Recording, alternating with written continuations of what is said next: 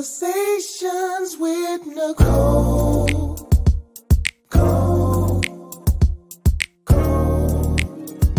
Conversations with Nicole. Let's talk about it. Tell me all about it. I'm here. I want to know what's on your mind. Ooh, the world needs to hear from you, and I'm so glad to have a conversation to reach the nation. And it's all about you. We'll help each other to discover innovative ways to positively change the world. Let's talk about, let's talk about, yeah, let's talk about Conversations with Nicole.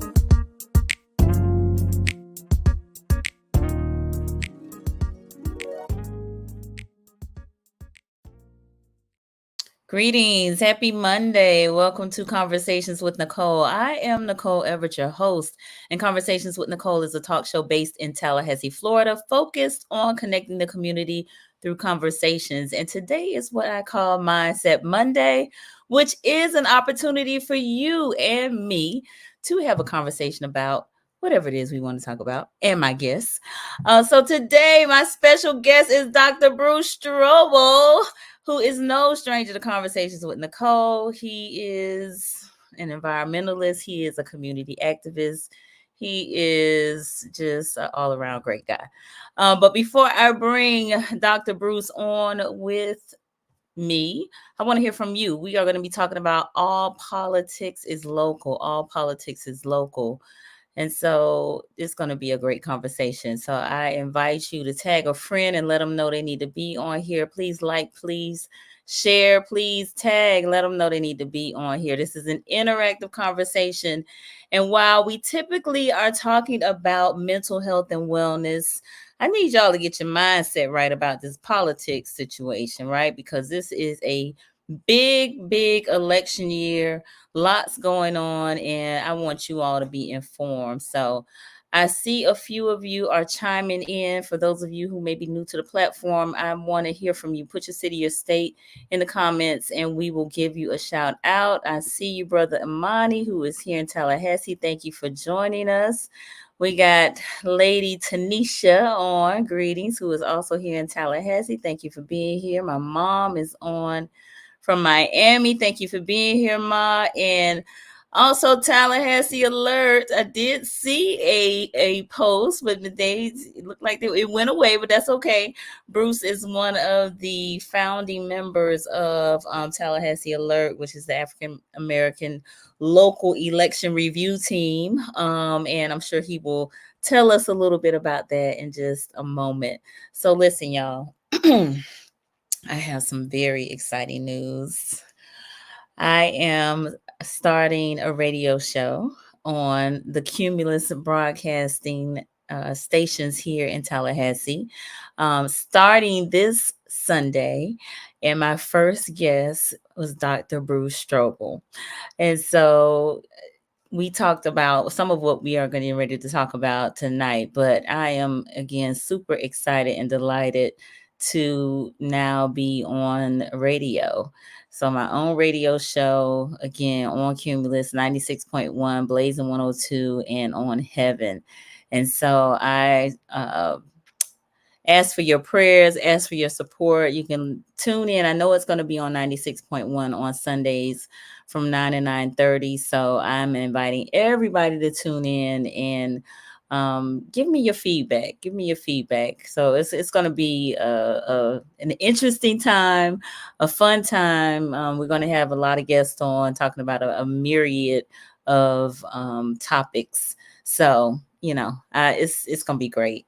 All right. I see you, Mr. Michael Love, who is a clinician in Jacksonville, Florida. Thank you for joining us.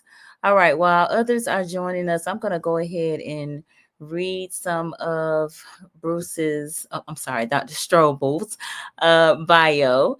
Bruce Strouble, Dr. Bruce Strouble is a leading anti-racism scholar, environmental justice advocate, and community organizer, a proud graduate of the Florida Agricultural and Mechanical University, go Rattlers, with subsequent doctoral studies at Walden University. He is also accredited with a Sustainability Excellence credential from the International Society of Sustainability Professionals. Dr. Strouble's mission centers on advancing environmental justice and enhancing political participation in African American communities with a strong focus on combating displacement and bolstering community resilience. Wow, that sounds fascinating. He efforts His efforts are geared towards fostering sustainable and cohesive communities well equipped to face the climate crisis. He is a 2023 Cherry Hall Alexander African American History Calendar by TCC, Tallahassee Community College honoree. He also is honored with the Energy Innovator Award from Rethink Florida Energy in 2018. And as president of Rethink Energy Florida, a founding member of Citizens for a Sustainable Future and the vice president of the New Era Impact Investment Fund, which I also am a part of.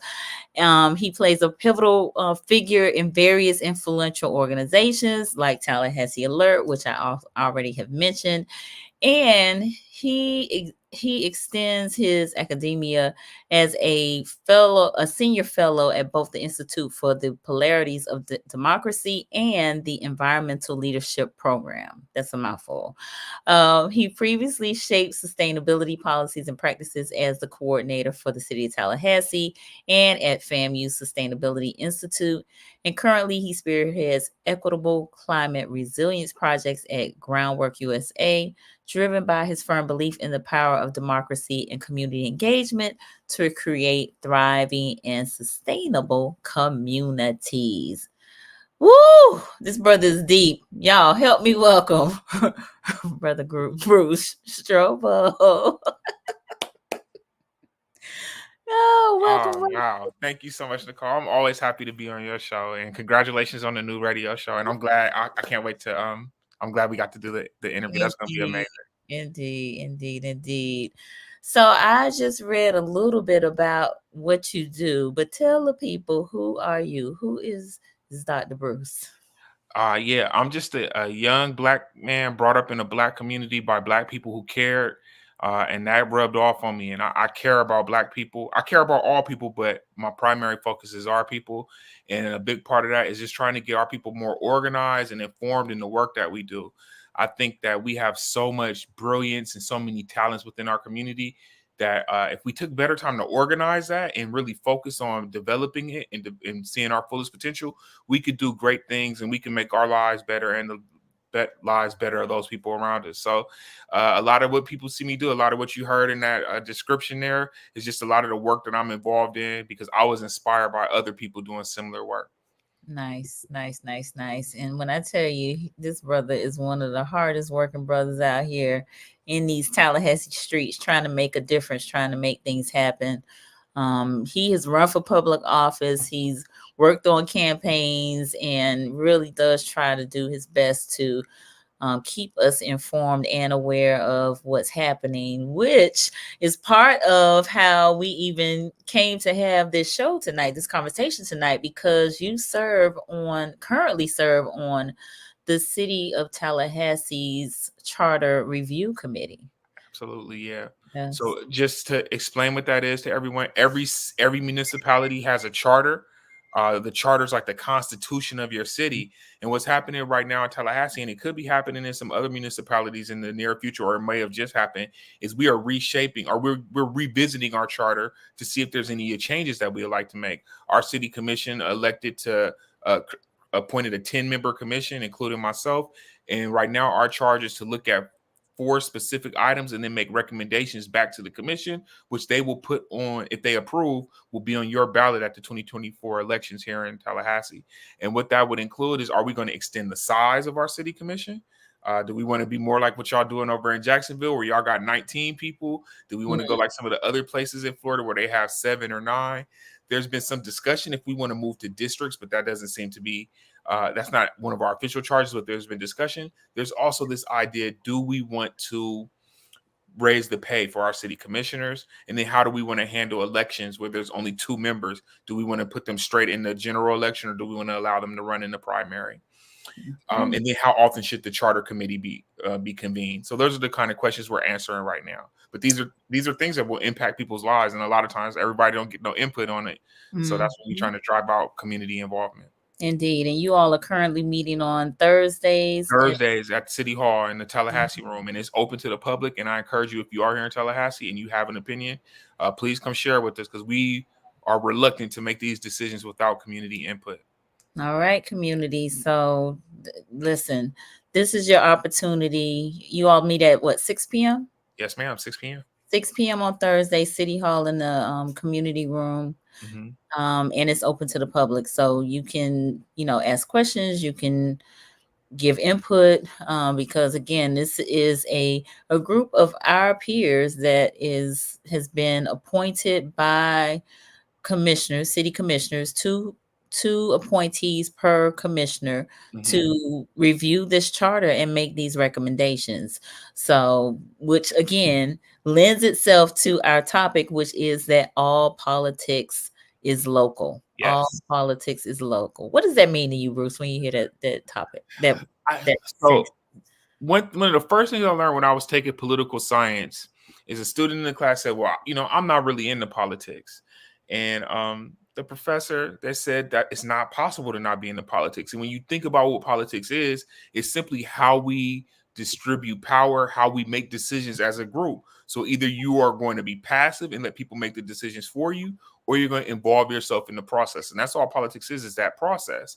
So when we say all politics is local, every level of politics, from the federal, state, back down to your municipal, to your school board, to your city commission, it all comes down to that local where it's going to impact you. Even a decision made in Washington, D.C., if President Biden decides he wants to give millions of dollars to the state so they could fund a certain program, that money has to go through a channel. And it's rare that it's going to go directly to you. It's going to go through channels. It's going to get broken up. It's going to get distributed. And then it's going to end up somewhere where people local to you make decisions that will impact you. Like we saw probably with the COVID money, when that was being doled out, in some cases, we had our local government distributing grants to help people. So all politics has a local impact.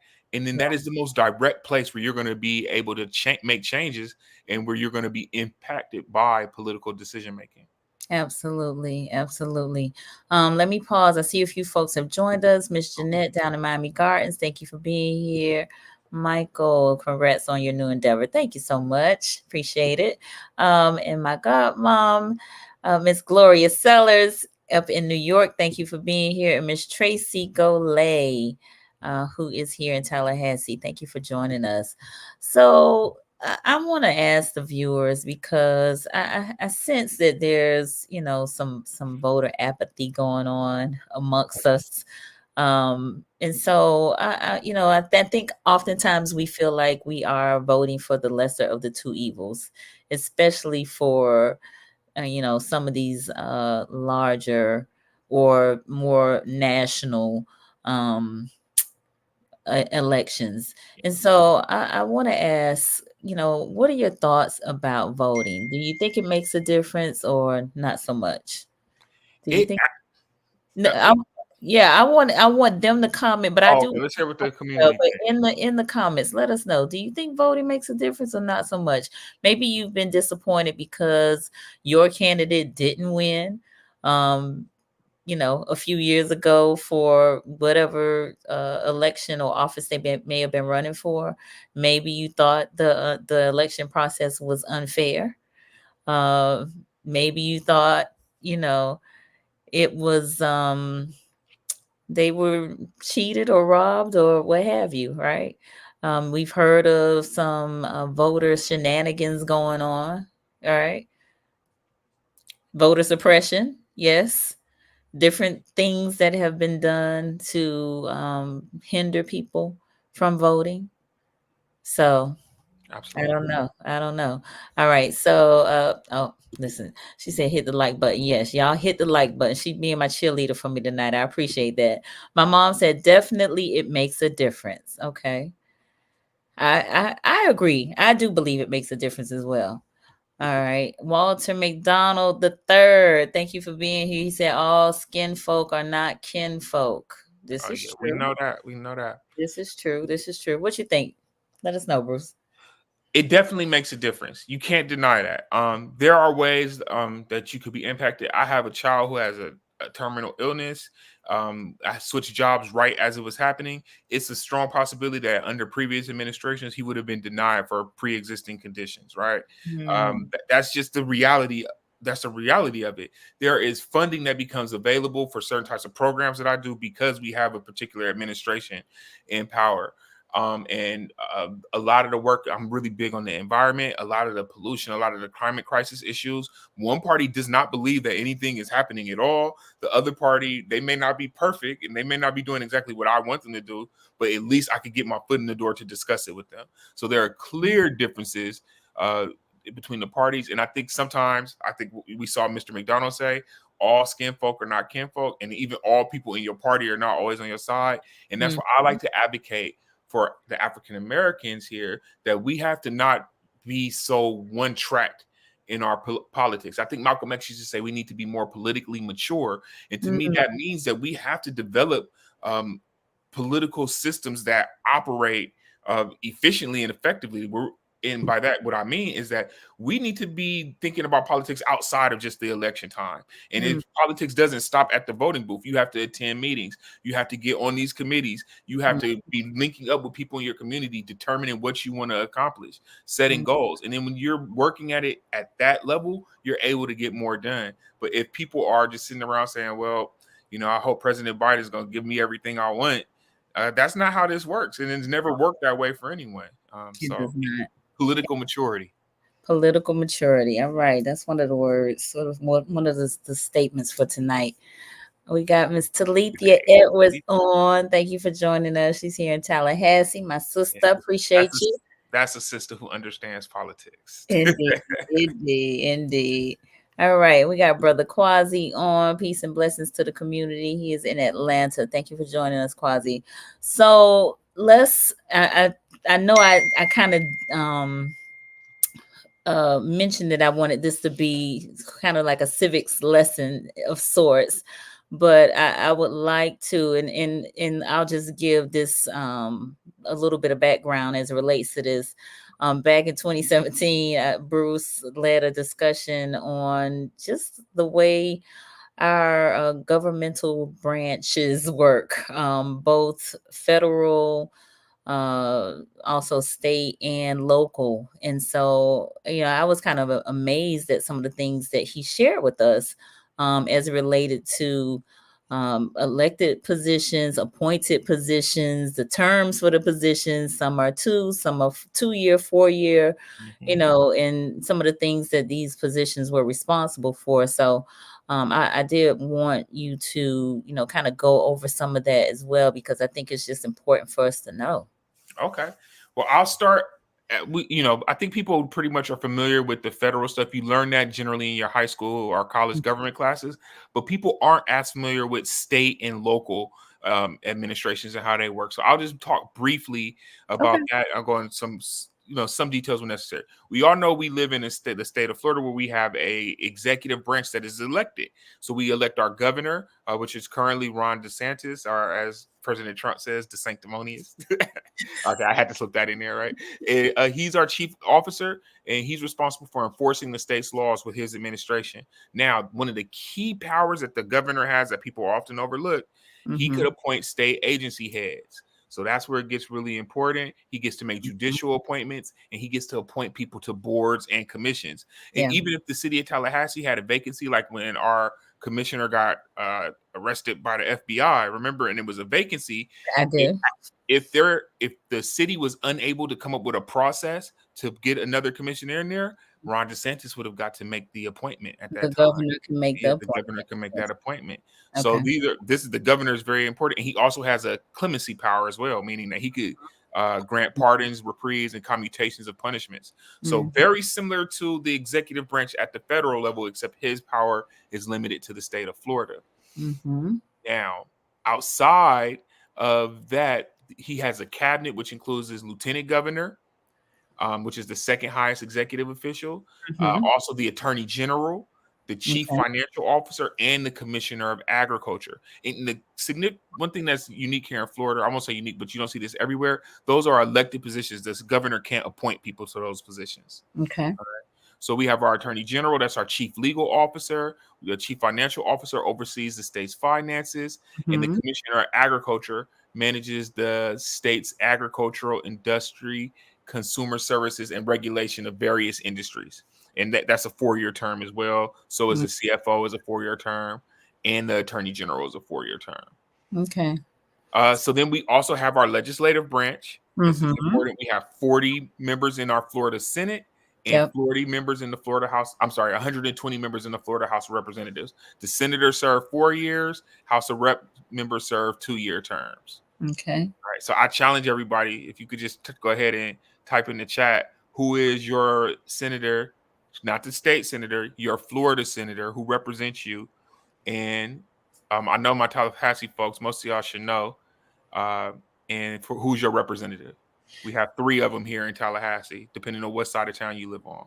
Mhm. Can you name them, y'all? All right. So if you all know who your state representatives are, put them in the chat. Let us know. Let us know. Even those who are playing the replay, let us know. Let me acknowledge a few folks. I see you, Sheila. Thank you for being here. She's here in Tally. Sonya B, happy Monday here in Tally. Thank you for being here. And Miss Nikki Parker Esquire, good evening. She's also here in Tally. Thank you for being here. I think Nikki works for the Senate too. So while you all are answering that question about who your representative is, I know y'all Googling, trying to look it up so y'all can put it in the comments. It's all good. Miss Jeanette said nationally, the Electoral College should be made clear. Some national winners were determined before all the polls closed. How were those votes counted? That is an excellent question. I want to say that's outside of our scope, Nicole, tonight. If you want me It to go is. into it, but we can It start a whole is. nother show It on, is. on It the is. Electoral College. I promise you. But I will say that often those are projections of the winners, and those votes based off what it looks like at the time. And those Yep. votes are normally confirmed the next day. And that's how Trump, and then they got into that big mess on January 6th, if you remember. So trying to stop the confirmation of those electoral votes. So, yeah. Yeah. Miss Jeanette, if we have time, we'll try to come back to it later on. All right. Nikki responded. Corey Simon. Yes, Corey Simon. All right. And now, that's a controversy right there. And we'll talk about this, how they draw districts, right? That's a huge issue. And some people argue that Corey Simon got that victory a little easier than he would have in the past because the area he ran in was redistricted. Indeed. All right. Ish is on. Ishmael Rents, my family freshman brother, class of 88. He said Representative Chuck Clemens, Representative Yvonne Henson, Senator Keith Perry Yeah. in Alachua County, which is Gainesville, Florida. All right. Thank you for sharing, Ish, and for joining us tonight. And Ebony Johnson, can I post questions and comments here? Yes, you may, Ebony. Yes, you may. We are talking about all politics is local. All politics is local, but we are kind of diving in the state of Florida specifically, since we are in Florida and specifically in Tallahassee. But you can chime in. Ish said Congresswoman Kat Kamek covers our area in Alachua County as well. All right. Awesome. You on top of it, Ishmael. Yeah. So all right.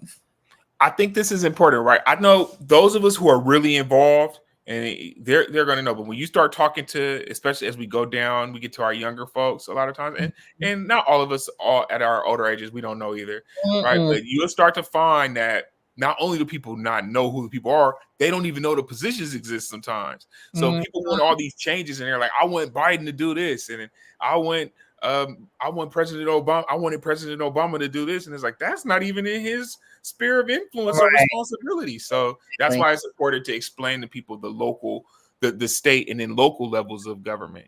And I could start talking about some of the local stuff now. You can. Okay. So we also have those judges at the state level as well. The judicial branch with the Florida Supreme Court, the district courts, and the circuit courts. But then From there going down, we have at the county level, and here in Leon County, we have a board of county commissioners, and this is a governing body of our county, consisted of elected commissioners who represent various districts. Yeah. We have our county officials, which are also elected. Our sheriff here in Tallahassee, we have the brother Walt McNeil, great brother. We have our property appraiser. We have our tax collector. So our property appraiser, Akin Akinyemi, and our tax collector is Doris Malloy. She's been doing that for quite some time. And I think, when you go to pay your local taxes, everyone seems happy in there right now. They do. They do seem happy. Yeah, so we never even challenged her up here. She was unopposed in most cases. Our supervisor of elections, Mark Early, who replaced the previous incumbent, Eon Sancho, if y'all remember him from years back. And then we have our clerk of courts, our clerk of the court and comptroller, and that is Gwen Marshall. Yeah, she's also awesome at what she does. Okay. You want to take some questions? So I see Ebony's question. Ebony, we're going to come back to it at the end if we have an opportunity. Politicians speaking on changes they cannot directly handle. Every presidential nominee talks as if they can save the economy. It's related. I'll take a stab at that just to say there's a difference, and I hate to be this frank with y'all, right? There's a difference between campaigning for office and administering the government. They're two different things. When you're campaigning, you got to speak to what the people want. It's almost like a marketing job. You're trying to sell something. Then when you get there, you get faced with certain political realities and the political culture and the political climate and the economic realities that you're faced with. Then you have to start making really tough decisions.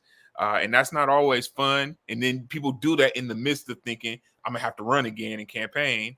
And it's a balance. So the better, more honest politicians, they try to be more reasonable with their campaigning. But then you get people who are marketing geniuses and they know what people want to hear.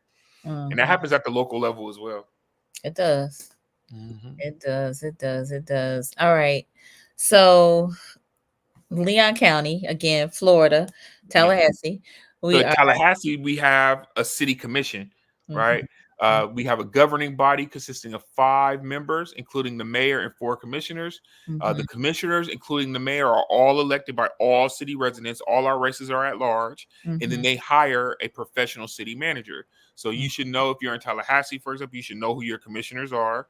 They represent the entire community. That's Jeremy Matlow, Jack Porter, Curtis Richardson, and Diane Williams-Cox. Now, on the other side, you have our mayor, Mayor John Daly, and he is also a commissioner, but he serves ceremonially as the mayor. And that's because we have a commission manager system.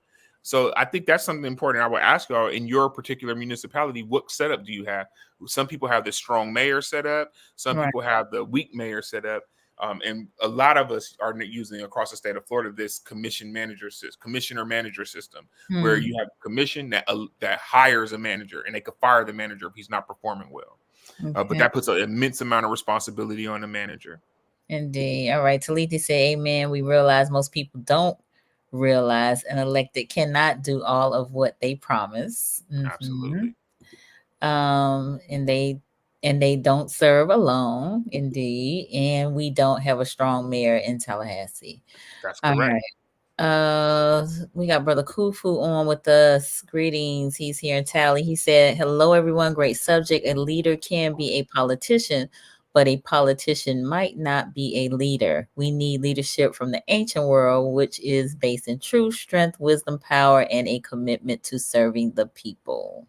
Absolutely. And I'll say this, if you want politicians to be based in these principles, right, then it is important to stay engaged beyond just the election cycle. That's one of my biggest complaints, and I'm always hounding people down, trying to drag them out to meetings, trying to get them, and that's what we do at Tallahassee Alert, is we want to hold people accountable year round. We got you elected, or we didn't vote for you. We didn't want you elected, but now that you're in office, we're going to engage with you. We're going to see, what are you willing to do? This is what we want. So often, I don't think we're telling the people what it is we actually want. We're just sitting there waiting for them to dictate to us. So I think that's so important, to develop platforms and to continually engage with your elected officials. And it doesn't get any easier to do that than it does at the local level, where I could go into a restaurant and I could see Leon County Commissioner Nick Maddox or Bill Proctor in there. I might run into Jeremy walking into Publix down here in Florida. So Jeremy Matlow, our city commissioner. I see Mayor Daley when he's at his son's football games at high school. Our kids go to the same high school. So we're definitely around these people and we have more access to them. And that's the beauty of local politics, that you're right next to these people. They can't escape you. All right. My mom chimed in, Felicia Robinson in Miami Gardens. Okay. Thank you for sharing, Mom. All right. It said focus group shape messaging. It's been proven some folks like to be lied to. Yeah. Right. He said strong mayors normally are found in your large cities, Tampa, Jacksonville, and Orlando, for example. Miami is hey. We talking about all right. Don't get the Miami folks coming after me. I don't want no smoke with the Miami people. No, but he's telling the truth though. I know. Miami has crazy politics. I'm aware. Oh my but God. Y'all not alone. We got crazy. I mean, we in Florida. We are famous for our crazy politics. Indeed. All right. So you kind of broke down the county commission, county positions, city positions, elected. And so tell us a little bit about this charter. But hold on, before you do, we're about halfway through. So for those of you who are just joining us, I'm on with Dr. Bruce Strouble, who is all things environmental, but also community advocate. And I kind of call him a local political guru of sorts. And so we're talking about all politics is local. All politics is local. And I think all politics is local is because the persons who are carrying out whatever the policies are, it's up to their interpretation of how this is going to be done. So you talked about even the stimulus money, like even though there were some guidelines, they had to come up with whatever that system was to like put the money out there, right? Exactly. It wasn't like they, stood out in the middle of the road and just threw the money all up in the air. Like y'all said, y'all come get it. So they had to put some parameters together. So that's why that is part of why it is local, because it's your local, government workers, public workers that are putting those policies together to get the resources out. We got Miss Pumpkin on here, who is here in Tallahassee. Thank you for being here. And Nikki said, this is great information. Please note the Senate committee meetings are open to the public. The calendars are posted online. If there are issues that you are interested in them, please attend. Don't wait until bills are passed to voice your opinion. Yes. Thank you for sharing that, Miss Parker. That's so important. And this is another place where I think our community sometimes misses the ball. We get reactionary, and I understand why it happens because we're so busy. We got lives, we got mouths to feed, we got all this stuff to do. We got to take the kids to the game, and then while that's going on, people are meeting in rooms, making decisions that are going to impact your life. So if you can't get there, we need to have a representative who's going on our behalf. We need somebody in there representing us, and you need to have some way to engage or to pay attention. Because if not, the money that is being taken out of your check, the money you paying when you pay your mortgage or your rent, your property tax is being scooped up, and people are making decisions with it. Absolutely.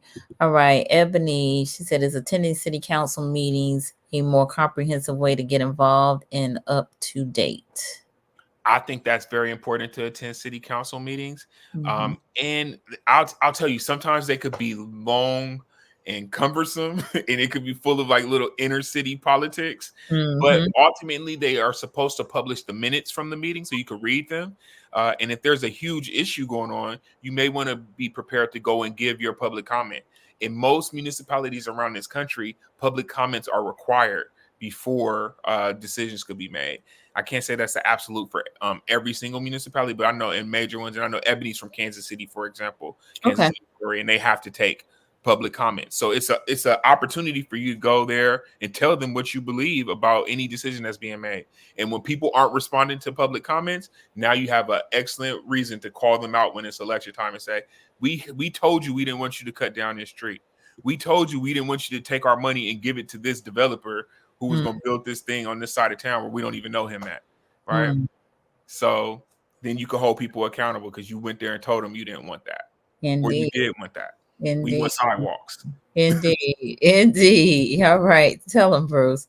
Ish said more of our community needs to seek to volunteer in certain feeder boards, such as planning and zoning boards, and launching pad into politics. Absolutely. Which is Excellent point.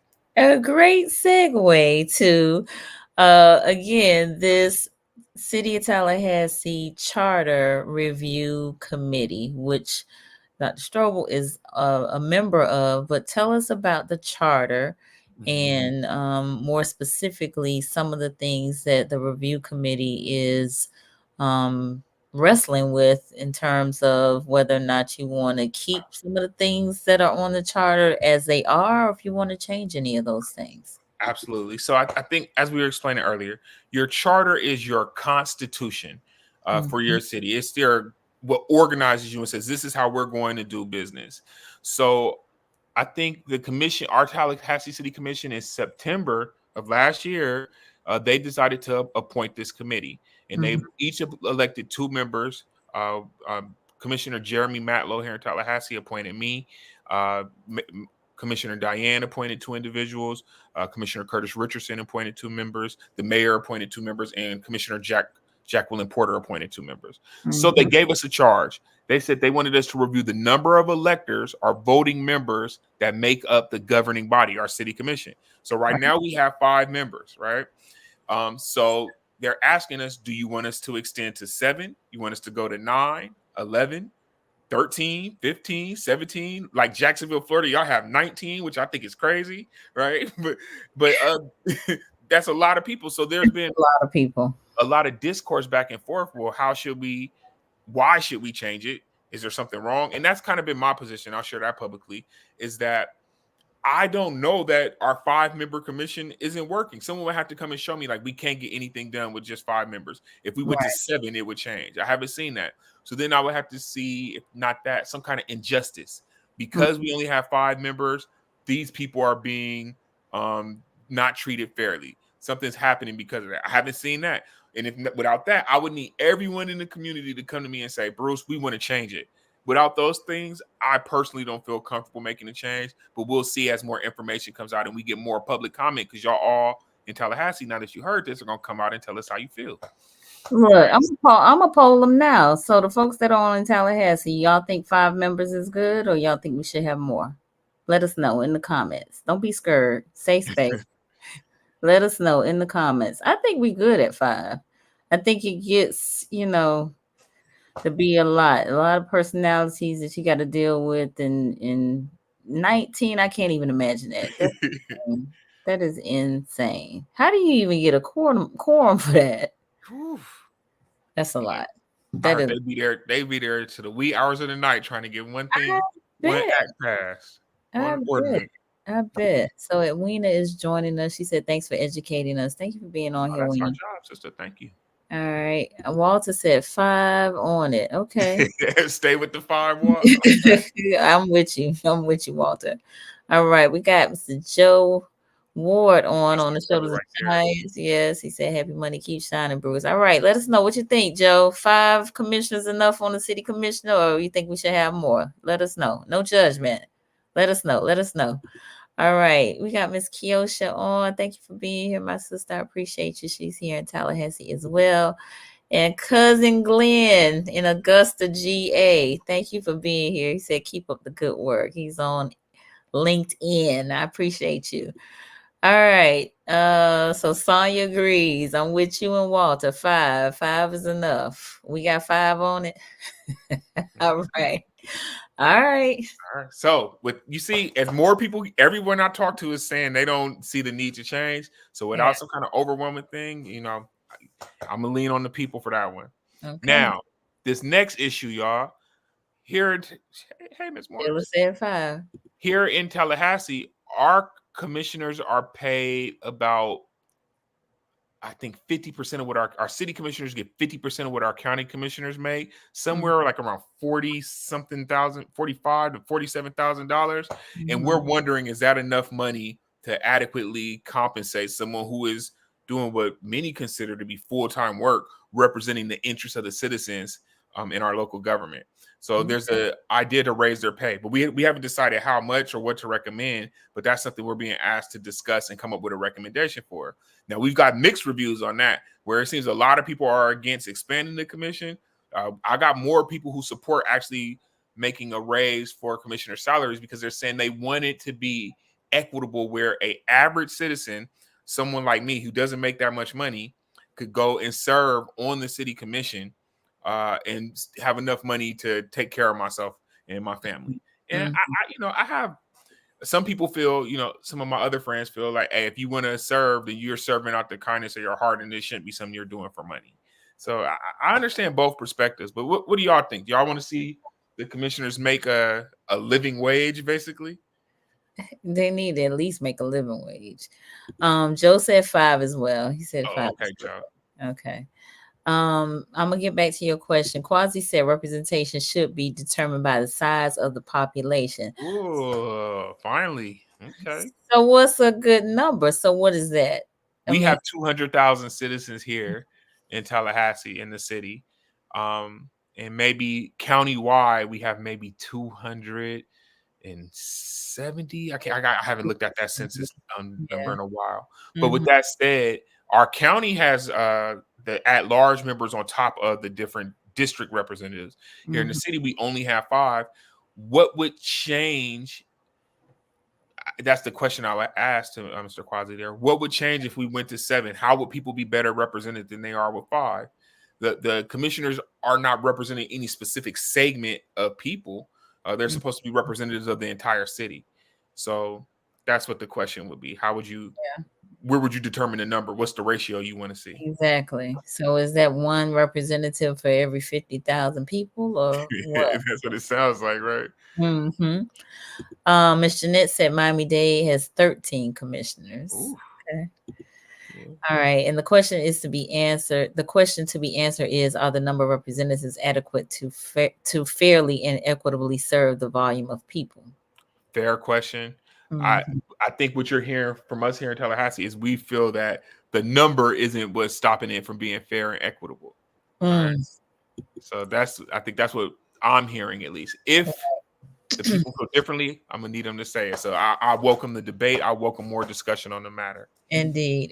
All right. So you mentioned, going back to your second question, which you all are wrestling with on this committee, and that is commissioner pay. Yes. And so you said the commissioners are making roughly, we'll just say 45 for easy math.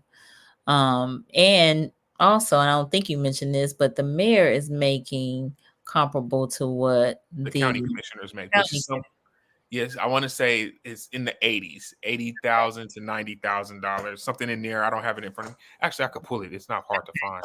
So Quasi came back and said one representative per 30,000 people. Yeah, where are you doing that math from, though, brother? Right. We just pull it out the air, Quasi. All right. So the question on the floor is around an increase in salary. So do you all, again, we're talking to the Tallahassee folks, do you think they should make that their salary should be increased? Do you think their salary should be increased, or should it be? So this is charter. So is there any consideration? I don't know if the charter speaks to this, to like a cost of living increase, like a 3% annually or something like that? And you see, that's something we've been charged with giving them language for this, right? So that's something we could put in there. So one thing I asked for the staff to pull, I want to know the median income and the average or mean income for all city employees together, because I don't know that I feel comfortable giving the representative raises if the city employees aren't making that much money. So I just thought that's something that should be factored into our decision making and the recommendation that we make. But this is interesting. We have the ability here to suggest some language, and we really, again, this is why we're inviting the community out. We want to hear what y'all think so that we can make sure that we try to get a good composite that's representative of what our community actually wants into this review process. All right. Brother Kufu, he said, I ran for the District 1 County Commissioner seat 3 times.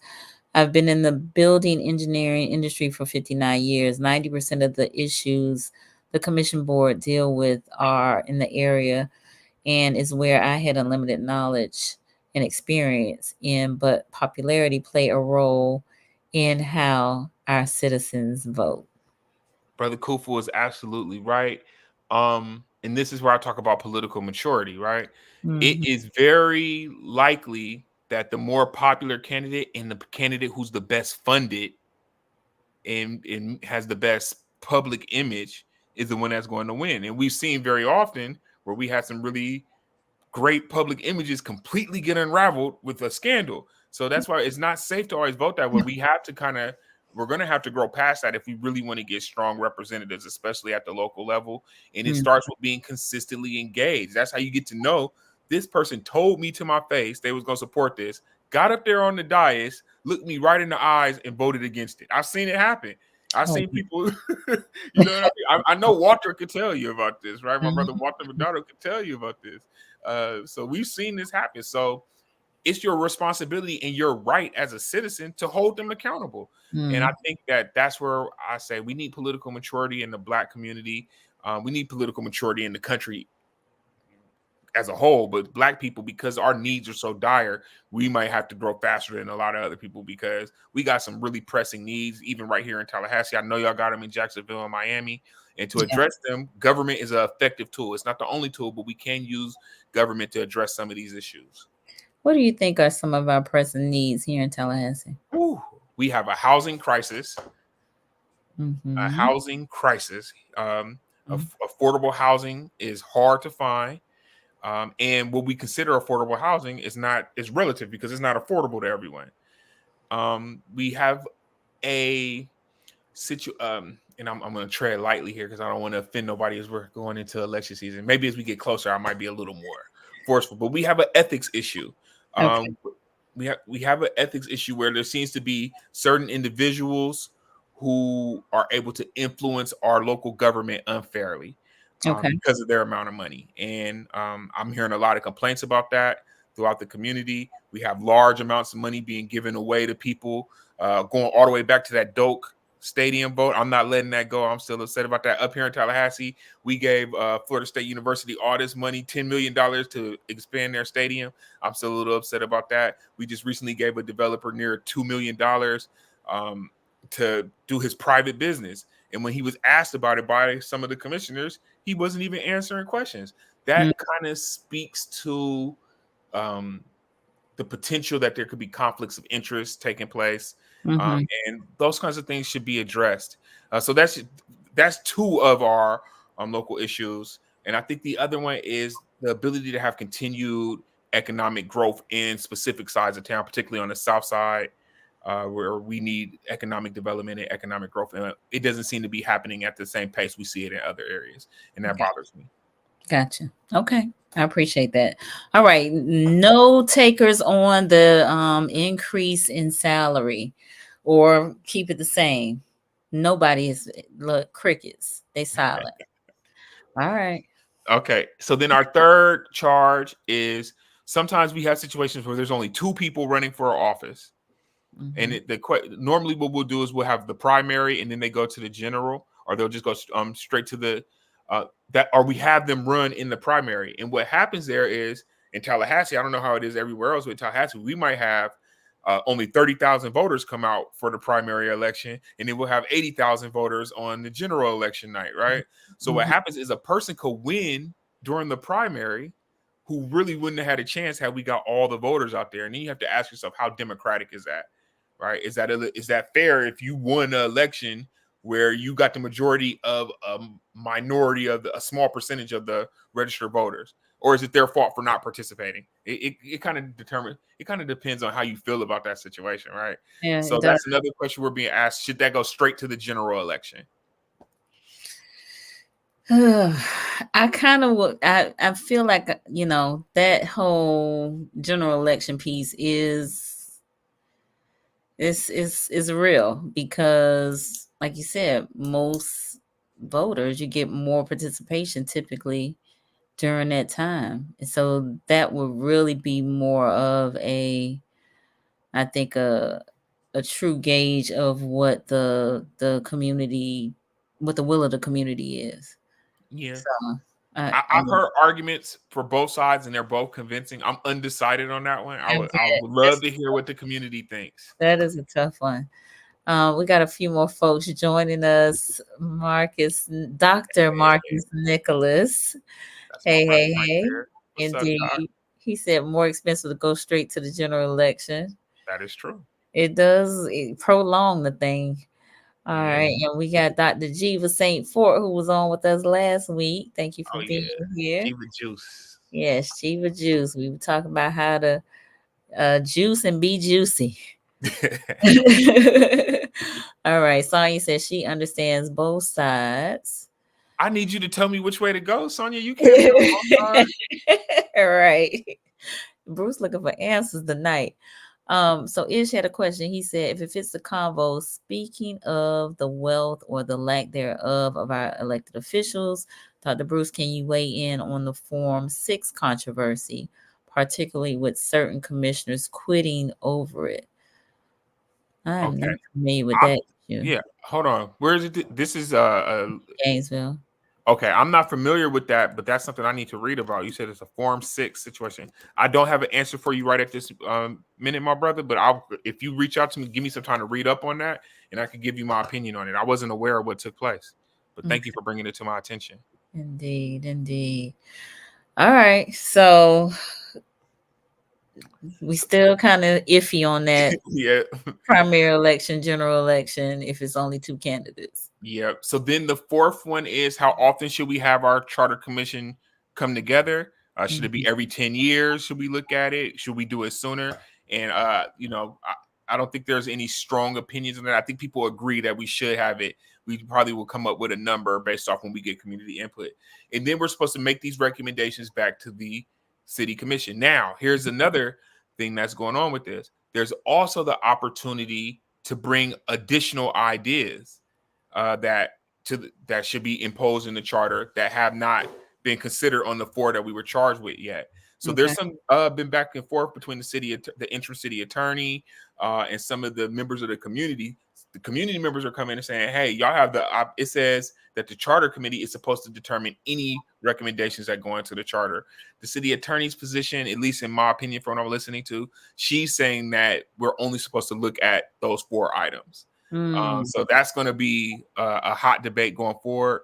Ultimately, I kind of favor what the community is saying, and I think that gives us an opportunity to, if there's something that's a really pressing issue, it gives us an opportunity to see that presented to the charter and possibly voted on by the full community. Okay. Sounds interesting. Sonya B, I need to be better informed first, like the fact that going straight to general election being more expensive. So she wasn't aware of that. And then Marcus said, what was the debate? So no debate, Marcus. We have actually just been talking about politics. All politics is local. And more specifically, during this last kind of few moments that we've been together, we've been talking about the city charter, because Dr. Bruce sits on the City of Tallahassee Charter Review Committee, and he was just kind of going over some of the issues that they are kind of tackling, which include the number of commissioners, commissioner salary. Again, if there are two candidates, should you put their name on the ballot for the general election, since there are more people that come out to that versus the primary, that sort of thing. So Ish responded, he said it's a statewide mandate that officials must show how they make their money and identify a number of their assets. Volunteers don't have to do as much. They fill out Form 1. Got you. Okay, I understand that. Yeah, so there are disclosure requirements for elected officials. Okay, Mm-hmm. I still want to look more into this, but those financial disclosure forms, I didn't know people were quitting as they're being forced to fill out those forms. That's interesting, because people don't want to reveal where they're getting their money, Yes. because sometimes it may expose a conflict of interest. Some people may be embarrassed to show that they have large amounts of debt.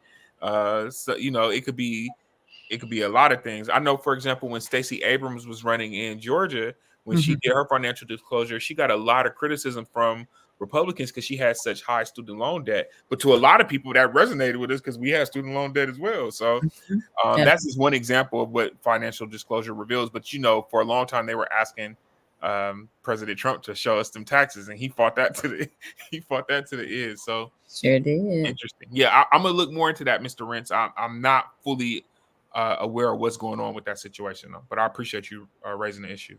All right. So then Marcus asks, is there interest in expanding the city commission or moving to single voter districts? So we haven't seen the interest in expanding. We talked about that earlier, but that single voter districts, right? That is controversy right there. And what people are saying is, while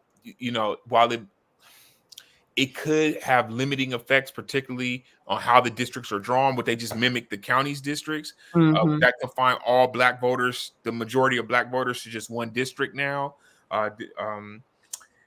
These are the kind of things we have to think about. How do you do that in a representative way? Is it equitable? Would it give people on the north side and the northeast unfair power that they generally don't wield in our current system? People who already have most of the money, now they get a seat at the table to command the political arena. And I don't know, that could get ugly, but I don't know. This is, it's a lot to consider. It's a lot to that's consider. currently not being discussed on the charter committee, but it could come up because, like I said, there's the opportunity to introduce new issues. Right. People are talking about stronger ethics reforms being introduced to our charter, maybe introducing this idea. How do we handle our police chief? Should the police chief be directly hired by our city manager? Right? Because remember, we had that whole fiasco here in Tallahassee where we had a great candidate to be the police chief, and then a lot of people feel that our city manager fumbled the process. Some people suspect he did it intentionally. I wouldn't go that far, but he definitely botched the process, and we didn't get this great potential police chief, that our candidate that we went for police chief. So people are still upset about that, and they say maybe the city commission should handle that process henceforth, being that that's such an important position. So I don't know. These are the kind of discussions that we're having, and why it's important that you all get involved in this charter review process so that we could take these recommendations back to the city commission through the process. Indeed. So he said those are great questions to consider. Thanks, Doc. Appreciate you, brother. All right, and look at you, just late. E, where you been? Where is Fee? Yes, you almost missed it, but you can watch the replay. Definitely fumbled the bag on that potential hire. So he also agreed on that. Indeed. All right, so we are, it's time to wrap up. But this was a great discussion. Y'all know politics is not something that I normally tackle, but for Dr. Bruce, we made it happen on this Mindset Monday. So Dr. Bruce, let them know. Give them some closing remarks and tell them how they can connect with you. So my brilliant sister Nicole just said that she doesn't normally tackle politics on this show, but I will remind her and you all things are political and all politics is local. So when you talking mental health and that's a political issue. It is. So we always talking politics. But thank you for having me on the show, Nicole. I think what you do, this show is a service to our community. It's a community asset. And yeah, these are critical times, y'all. It's a lot at stake. So get involved. And if you don't know, ask somebody a question. We got people out here who are brilliant. Hey, I see you, Mr. Preston. We got a lot of people out here who know what's going on, and they could help you get engaged. So just get involved in whatever way. Yes, and tackle more political issues, because this is an election year. But not only in election years, we need to be doing this around the clock, y'all. Yes. But that's all I got, Nicole. Thank you for having me on. It was always a pleasure to be on. My pleasure. Well, I'm gonna let you tell them how can they connect with you. Oh yeah, y'all could just get at me on LinkedIn. It's Bruce Strouble. That's my name on LinkedIn, and you can hit me on email, brucestrouble@gmail.com. I'm a busy person, but we can always get an appointment if you got business to discuss, or if you just want to talk. Probably find me on Facebook, which is just that same name you see there, Dr. Bruce Strouble. And I'm always willing to listen and learn and share information with anybody. Indeed. So this again, not mental health specific, but it's okay. It's all, everything starts with mindset. And so again, encouraging us to get our minds right as we embark upon this election season. Election, look, we looked up the dates before we got started, and the primary is August 20th. The general election is November 5th. So get informed, you know, go to the debates, check out, the platforms of the candidates. And I'm going to have some virtual meet and greets where you can, I'll have candidates on here, not on the Monday and the Wednesday show, but some other shows. And you will have an opportunity to ask them questions and engage with them. But, you know, I don't want to say challenge them, but present your issues, whatever they may be. And they don't have to be issues from a negative standpoint, but the things that are important to you, right? Because you matter. You're a voting citizen, and you live in this community or wherever that is, whatever community you are in, and so these people are making decisions that are going to impact you and your family. So get involved. Get involved. I can't say it enough. I thank you, Dr. Bruce, for being on here and sharing your wisdom, your knowledge. And listen, the call to action, I want you all to keep this conversation going, but the call to action for the folks in Tallahassee is to attend those meetings on Thursday. Thursday, 6 o'clock, City Hall. This is the Tallahassee City Charter Review Committee, and they are talking about all the things that we talked about tonight in terms of this city charter and what we want that charter to look like. So if it means something to you, show up, let your voice be heard, listen, ask questions, and speak up. The words for the night that I got, I take notes, of course, but political maturity, and that we have to stay engaged beyond the election cycle. Stay engaged beyond the election cycle.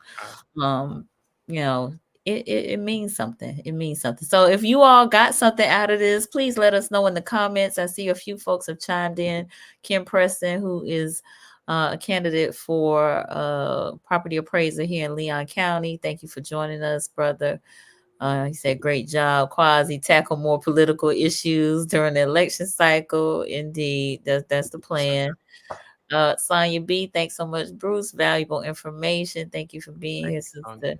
And E, amen. All right, E, you got it on in here. So we appreciate you, brother. Yeah, we gotta definitely continue to get the word out. For those of you who are new to the platform, of course, I have to invite you to subscribe to Conversations with Nicole. We are live here on Mondays and Wednesdays at 8:30 p.m. and the focus primarily is on mental health and wellness in Black and Brown communities, encouraging us to get our checkup from the neck up and be our very best selves. So y'all subscribe, check out the videos. I got lots and lots of videos out there. I tell people, riveting discussions. Look, treat them like a podcast. We are talking about all sorts of things, and tonight all things, all politics is local, so you just never know what you're gonna find on Conversations with Nicole. But yeah, great conversations, and so we need the support. We need the support. We need the support.